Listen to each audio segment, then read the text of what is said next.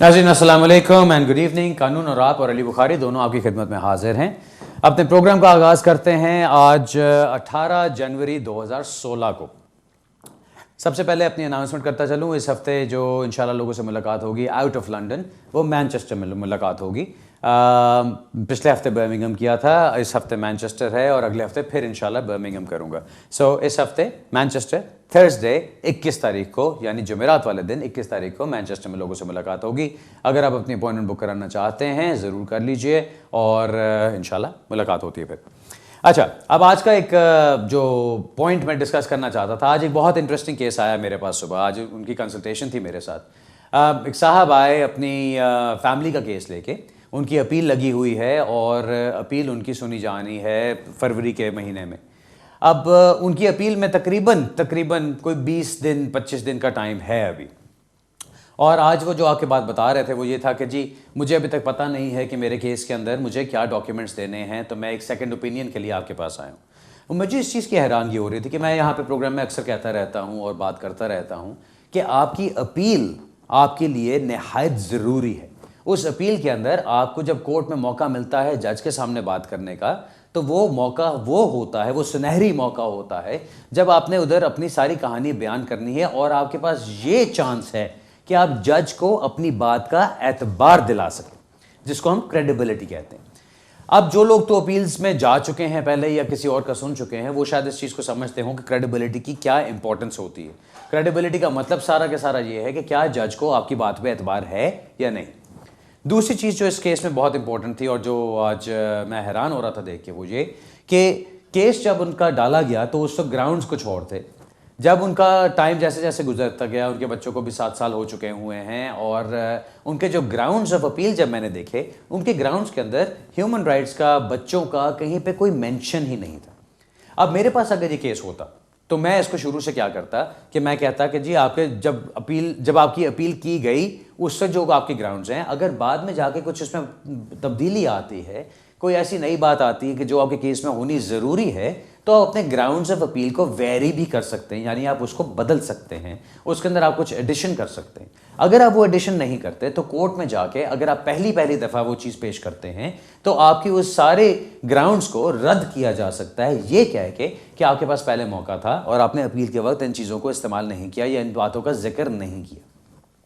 अब आज वाला जो केस आया, अब उसके अंदर मुझे उनको देख के जो हैरानगी भी हो रही थी और उनके लिए एक थोड़ी सी डिफ़िकल्टी भी फील हो रही थी, वो ये है कि ना तो उनके ग्राउंड्स ऑफ अपील चेंज किए गए, ना ही उनके पास कोई ऐसी डॉक्यूमेंटेशन, कोई ऐसा एविडेंस मौजूद है कि जिसका उनको मालूम हो कि वो आगे जाके इस चीज़ को कैसे पेश करेंगे। इसलिए मैंने इसका जिक्र यहाँ पे छेड़ा है कि आपकी जब अपील का वक्त आता है, पहली बात तो ये याद रखें कि अब तो अपील के राइट्स बहुत कम कर दिए गए हैं। पहले होता था आपने विजिटर वीज़ा के लिए एप्लीकेशन की, रिफ्यूज़ हुआ तो फैमिली विजिटर के तौर पे आपको अपील का राइट मिल जाता था। आपके स्टूडेंट वीज़ा एप्लीकेशन रिफ्यूज़ हुई, आपको अपील का राइट मिल जाता था। आप एंटरप्रेन्योर एप्लीकेशन करते थे, रिफ्यूज़ हुई, आपको अपील का राइट मिल जाता था। ह्यूमन राइट्स की एप्लीकेशन रिफ्यूज़ हुई, अपील का राइट मिल जाता था। अगर आपने विद इन टाइम आपका वीज़ा ख़त्म होने से पहले एप्लीकेशन की हो, वो कोई भी एप्लीकेशन हो, अगर रिफ्यूज़ हो तो अपील का राइट मिलता था। अब वो सब कुछ ख़त्म हो चुका है। अब अगर आपको अपील का मौका मिलता है तो उसको मौके को गनीमत जानिए और उस मौके का पूरा फ़ायदा उठाइए। आपके केस में जो कुछ हो वो सब कुछ आप जाके जज के सामने बयान करें और तब जाके आपके केस की जान बनती है। मैं सिर्फ यहाँ पे इसको मकसद जो इस सारी बात को करने का है वो ये, आपकी अपील की तैयारी कैसे होती है। जैसा मैंने प्रोग्राम में कुछ अर्सा पहले भी कहा था, हम लोगों ने अपने बुखारी चेंबर्स में एक नया काम ये शुरू किया। नया काम तो नहीं, खैर हम पुराने करते आए, लेकिन अब एक स्पेशलिस्ट यूनिट बना दिया गया है। हमने अलग एक हिस्सा अपने फर्म का इस चीज़ के ऊपर मुख्तस कर दिया है कि हमने सिर्फ और सिर्फ अपीलों के ऊपर तवज्जो कैसे देनी है। आपको अपने वकील से मिल के अपील से काफ़ी अर्सा पहले डिस्कस करना चाहिए कि आपको किस डॉक्यूमेंट की ज़रूरत है, कौन सी चीज़ें आपको प्रोवाइड करनी हैं, आपकी आर्ग्यूमेंट्स क्या होनी हैं, कौन अपील में जा रहा है, कितने आपके पैसे लगने हैं, आपको और क्या क्या एविडेंस पेश करना है, किस तारीख तक आपने वो चीज़ें जमा करानी है। ये सारे काम आपके पहले हो चुके होने चाहिए ताकि जब वो अपील का वक्त आए, जब आपने कोर्ट में जाना है, तो ये ना हो रहा हो कि आप कोर्ट में जाके बैरिस्टर से पहली दफ़ा मिल रहे हैं, बैरिस्टर आके आपको कह रहा है कि आपके डॉक्यूमेंट्स कंप्लीट नहीं हैं, बैरिस्टर आपको कह रहा है कि आपके केस में जान नहीं है या आपको अपने केस के बारे में कुछ पता नहीं है। या किसी और को आपके केस के बारे में नहीं पता। अक्सर तो ये भी शिकायत मिलती है कि जी कोर्ट में गए और बंडल पहले से वहाँ पे कोर्ट में जज के सामने मौजूद नहीं था, तो जज ने वहाँ पे पहले डांटा कि भाई आपके डॉक्यूमेंट्स ही हमें नहीं मिले हुए। ये सारी वो चीज़ें, ठीक है, एक आधी गलती हो जाती है, हमसे भी होती है, हमसे भी कई दफ़ा पहले ऐसे हुआ है कि बंडल कोर्ट में जाके देना पड़ता है, लेकिन कोई ना कोई वजूहात होती हैं, कभी कोई डॉक्यूमेंट्स डिले हो जाते हैं, कभी कोई नई चीज़ आ जाती है, तो आप वो वजह जाके जज को बता के जज को मना सकते हैं कि जी आप इन डॉक्यूमेंट्स को फिर भी देखें। लेकिन आपके केस की सही तैयारी का मकसद यही है कि आप जब वहाँ पहुँचते हैं तो आपका सब कुछ जज के पास पहले से मौजूद होना चाहिए। ये चीज़ याद रखिए, वो जज जो आपके केस का फैसला करेगा, उसने उस सुबह जाके या उससे एक दिन पहले आपके केस को पढ़ना है, उसने समझना है कि उस केस में क्या है। अब अगर आपके केस को सही तरह से तैयार करके प्रेजेंट नहीं किया गया, तो जो जज ने अपना माइंड मेकअप करना है आपके डॉक्यूमेंट्स को देख के, वो तो आपके खिलाफ जाएगा ना। फिर अगर आपकी तैयारी सही है, आपने होम ऑफिस के रिफ्यूजल लेटर का जवाब दिया हुआ है, आपने एक एक पॉइंट को लेके उसके ऊपर आपने अपनी आर्ग्यूमेंट्स बनाई हुई हैं, तो जज को दोनों साइडें मिलती हैं। क्योंकि जाहिर है होम ऑफिस ने आपकी मर्जी की बात तो नहीं करनी।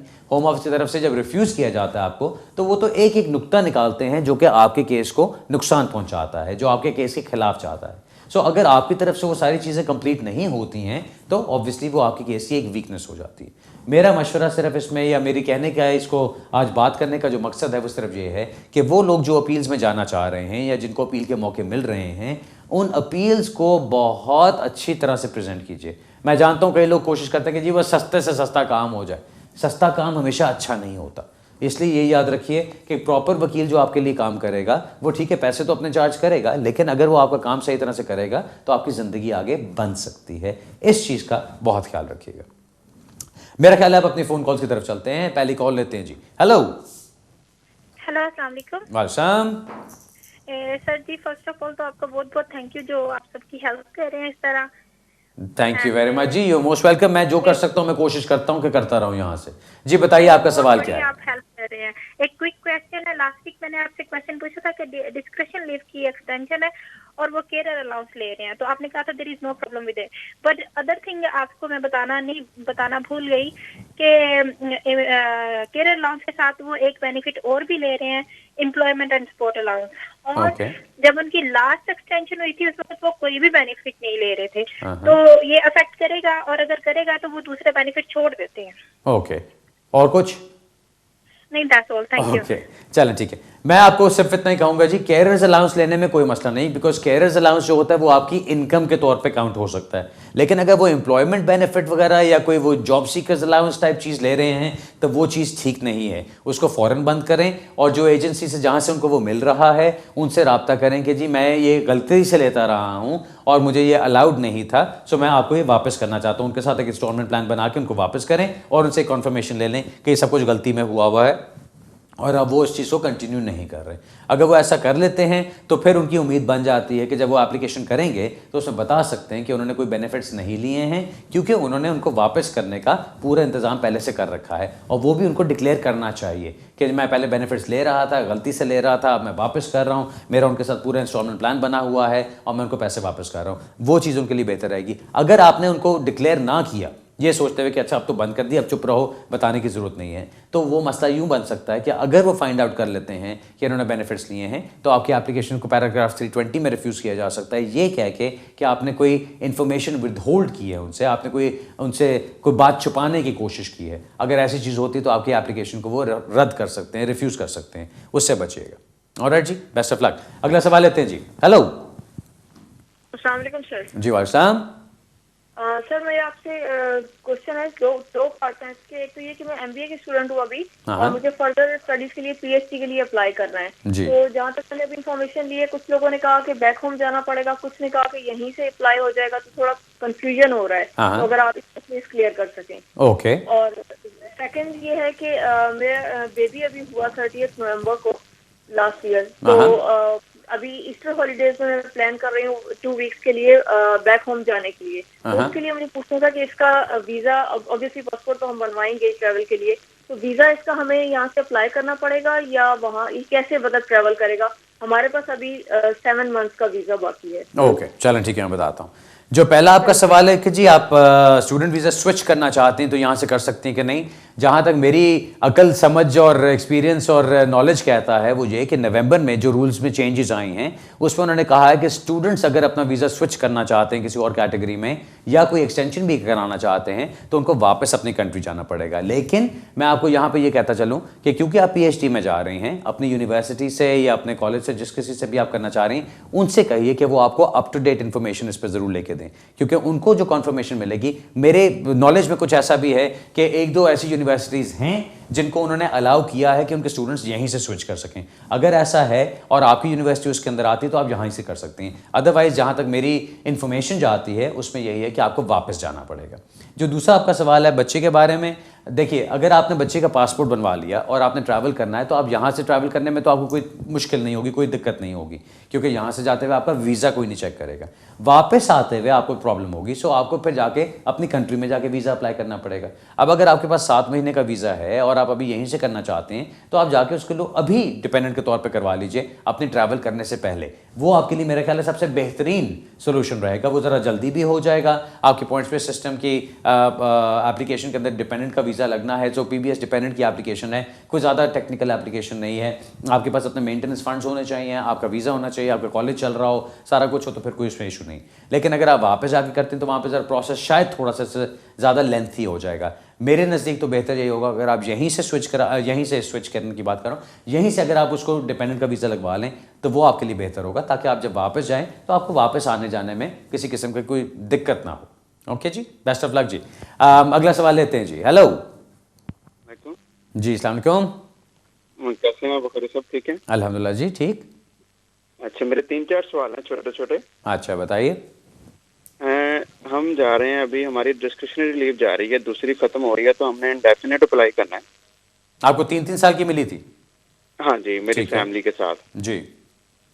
तो हमें सेट टोल लगेगा, और उसका मैं ये पूछना था, हमारा बच्चा है छोटा जो बॉर्न इधर हुआ था, तो अगर हम उसका अप्लाई साथ में नहीं करते तो उसका हमारे इंडेफिनेट लीव के बाद उसका कर लेते हैं तो उसमें कोई मसला तो नहीं है? अभी सुना कि फीसें बढ़ रही हैं। और जी। और तीसरा सवाल ये है कि जो हम चाइल्ड बेनिफिट ले रहे हैं शुरू से ही। अच्छा, क्यों? नहीं, वो जब से हमें मिली हुई है ना, तो जब हमने दूसरी के लिए भी अप्लाई किया था तो हमने उनको बताया था कि हम चाइल्ड बेनिफिट ले रहे हैं, तो वो हमारे को मसला तो नहीं होगा? अच्छा, और ये है कि जो उधर लिखा हुआ है एग्जाम्पशन है, जो उसमें तो सेटो में तो कोई ऐसा नहीं है कि उसमें लिखा हुआ है यस और नो, तो उसमें हम क्या लिखें? उसमें साथ में लेटर साथ में लिखें, और या उनको सिर्फ बताएं कि हमें एग्जाम्पशन है, या वो उसकी जो उनकी वेबसाइट से वो पेज लेके साथ में लगा दें, या उसमें किस चीज़ की एग्जाम्पशन है सर? वो life in the UK test की और उसकी। ओके, चलें ठीक है, बहुत शुक्रिया। यू आर वेलकम जी, नो प्रॉब्लम। अच्छा सर, पहला सवाल आपका कि आपने डिस्क्रिशन लीव आपको मिल चुकी है, 3 साल की पहले मिली थी, 3 साल की एक्सटेंशन हुई, अब आप उसकी इंडेफिनिट लीव के लिए अप्लाई करना चाह रहे हैं। क्या आपने फॉर्म सेटो इस्तेमाल करना है? जी आप बिल्कुल सेटो इस्तेमाल कर सकते हैं, दैट्स फाइन। उसके बाद आपकी बात है कि जी चाइल्ड बोर्न हेयर, उसके लिए आपको अप्लाई करने की ज़रूरत है या नहीं है? आप अगर उसके लिए अप्लाई नहीं भी करते, क्योंकि आप जा रहे हैं इंडेफिनिट लीव की तरफ, अगर आपको इंडेफिनिट लीव कल को मिल जाती है तो आप बच्चे को फ़ौरन रजिस्टर करा सकते हैं एज ए ब्रिटिश नेशनल। सो अगर आप अभी ना भी अप्लाई करें तो ठीक है। तीसरी बात आपने पूछी कि जी फ़ीसें बढ़ रही हैं। फ़ीसें नॉर्मली अप्रैल में बढ़ती हैं, सो अगर आपने अप्रैल में अप्लाई करना है, अप्रैल के बाद अप्लाई करना है, तो गालिबन फ़ीसें थोड़ी बहुत बढ़ जाएंगी। अगली बात आते हैं चाइल्ड बेनिफिट वाली की। वो मैं हैरान हूँ कि आप चाइल्ड बेनिफिट कैसे लेते रहे। आपको मालूम है कि बच्चे को अभी चाइल्ड बेनिफिट अलाउड नहीं होगा, क्योंकि चाइल्ड बेनिफिट मिलता है उन बच्चों को जो इंडेफिनिट लीव होल्डर्स होते हैं या ब्रिटिश नेशनल्स होते हैं। सो आपके बच्चे के पास अभी वो चीज़ नहीं है, तो आप वो बेनिफिट लेते रहें, तो शायद उसके ऊपर आपको इशू आए। जिससे मैंने अभी पहले कॉलर से कहा, आपको भी मैं यही सजेस्ट करूंगा, आप फॉरेन एजेंसी से रब्ता कीजिए, उनको बताइए कि जी हमें चाइल्ड बेनिफिट अलाउड नहीं था, हम गलती से लेते रहे हैं, उसको हम वापस करना चाहते हैं, ताकि आपके पास कोई ना कोई लेटर, कोई ना कोई ख़त किताबत ऐसी हो जो आप अपनी एप्लीकेशन के साथ लगा सकें, ये बताने के लिए कि हमने बेनिफिट गलती से लिया और अब हम वापस कर रहे हैं उसको, और ये हमारा इंस्टॉलमेंट प्लान उनके साथ बना हुआ है। चौथी बात आपकी या पांचवी बात आपकी एग्जाम्पशन के बारे में थी कि life in the UK test की एग्जाम्पशन आपको है। अगर फॉर्म में आपको कोई ऐसी चीज़ नहीं मिलती, ऑफ कोर्स अपने कवर लेटर के अंदर ज़रूर अपने कवर लेटर के अंदर लगाइएगा, उसके अंदर बताइएगा कि आप ये चीज़ कर रहे हैं। ठीक है जी। अगर आप इसको सही तरीके से कर लेते हैं, अपने कवर लेटर के अंदर एग्जाम्पशन के बारे में और उसका प्रिंट आउट लगा के सारा कुछ कवर कर लेते हैं, तो इंशाल्लाह आपको कोई मुश्किल नहीं होनी चाहिए। ठीक है सर, बेस्ट ऑफ लक जी। अब मेरा ख्याल है नाज़रीन एक ब्रेक का टाइम हो रहा है, ब्रेक से वापस आते हैं, अब तो सवाल जवाब का सिलसिला